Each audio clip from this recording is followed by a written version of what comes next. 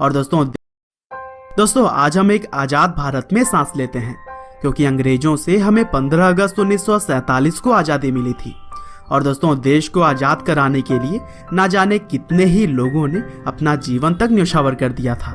हालांकि यहाँ भी आज़ादी के लिए लड़ने वाले खासकर दो अलग अलग विचारधाराओं में बटे हुए थे, जिनमें से एक तरफ तो वो लोग थे जो कि आज़ादी को अपनी ताकत के दम पर छीनना चाहते थे, तो वहीं कुछ लोग शांतिपूर्वक अहिंसा के मार्ग पर चलते हुए आज़ादी हासिल करना चाहते थे।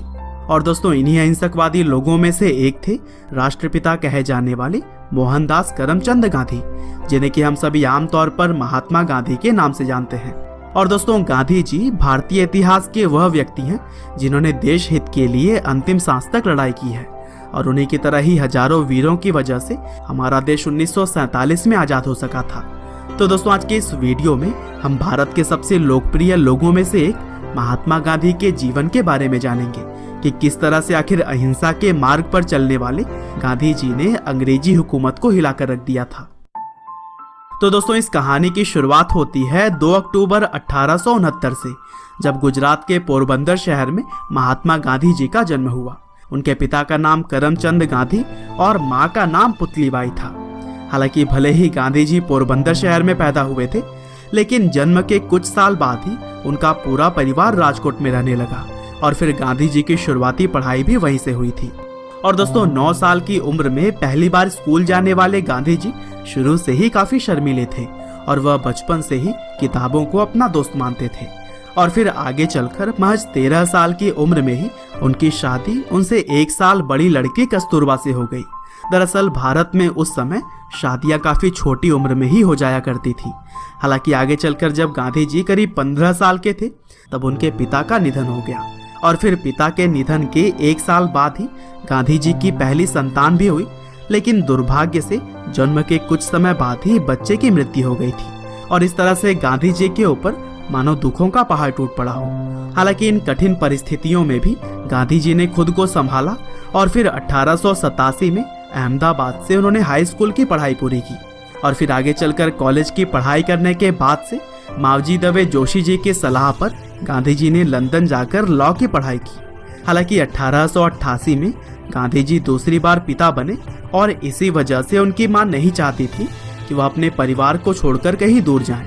लेकिन कैसे भी करके उन्होंने अपनी मां को मनाया, और फिर 4 सितंबर 1888 को लंदन पढ़ाई के लिए वह चले गए, और फिर 1891 में पढ़ाई पूरी करके वह अपने वतन भारत वापस आ गए।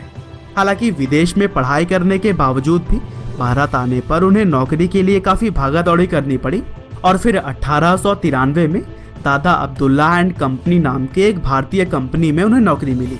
हालांकि इस नौकरी के लिए उन्हें साउथ अफ्रीका जाना पड़ा था। और दोस्तों साउथ अफ्रीका में बिताए गए साल गांधी जी के जीवन के सबसे कठिन समय में से एक था, क्योंकि वहां पर उन्हें भेदभाव का काफी सामना करना पड़ा। हालांकि इन्हीं भेदभाव ने ही उन्हें इतना सक्षम बना दिया कि वह लड़ने के लिए पूरी तरह से तैयार रहते थे। और दोस्तों यूं तो गांधी जी को सिर्फ 1 साल के लिए ही साउथ अफ्रीका भेजा गया था, लेकिन वहां रह रहे भारतीयों और आम लोगों के हक के लिए वह अगले 20 साल तक लड़ते रहे, और इसी दौरान उन्होंने नटाल इंडियन कांग्रेस की स्थापना की थी। और दोस्तों अफ्रीका में रहते हुए गांधी जी ने एक निडर सिविल राइट्स एक्टिविस्ट के रूप में खुद की पहचान बना ली थी। और फिर गोपाल कृष्ण गोखले, जो कि इंडियन नेशनल कांग्रेस के एक सीनियर लीडर थे, उन्होंने गांधी जी से भारत वापस आकर अपने देश को आज़ाद करवाने के लिए लोगों की मदद करने की बात कही। और फिर इस तरह से 1915 में गांधी जी भारत वापस आ गए, और फिर यहाँ आकर उन्होंने इंडियन नेशनल कांग्रेस ज्वाइन करके भारत की आज़ादी में अपना सहयोग शुरू कर दिया। और दोस्तों भारत के अंदर महज कुछ सालों में ही वह लोगों के चहेते बन गए, और फिर अहिंसा के मार्ग पर चलते हुए उन्होंने भारत के लोगों में एकता की गांठ बांध दी। यहाँ तक कि उन्होंने अलग अलग धर्म और जात के लोगों को भी एक साथ लाने का काम किया। और दोस्तों 1922 में गांधी जी ने असहयोग आंदोलन चलाया, जिसके तहत अंग्रेजी चीजों का इस्तेमाल भारतीय लोगों ने लगभग बंद ही कर दिया था। और फिर जब यह आंदोलन काफी सफल साबित हो रहा था, तब महात्मा गांधी को 1922 में 2 सालों के लिए जेल भेज दिया गया। हालांकि गांधी जी के जेल जाने पर लोगों के अंदर और भी गुस्सा आ गया, जिसकी वजह से पूरा भारत अब एक होने लगा था। और फिर इसी कड़ी में ही मार्च 1930 में दांडी यात्रा को भी अंजाम दिया गया, जिसमें कि 60,000 लोगों की गिरफ्तारी हुई। और फिर इसी तरह से ही आगे भी गांधी जी के नेतृत्व में क्विट इंडिया मूवमेंट की तरह ही कई और भी आंदोलनों को अंजाम दिया जाता रहा और इस दौरान गांधी जी की बहुत बार गिरफ्तारी भी हुई।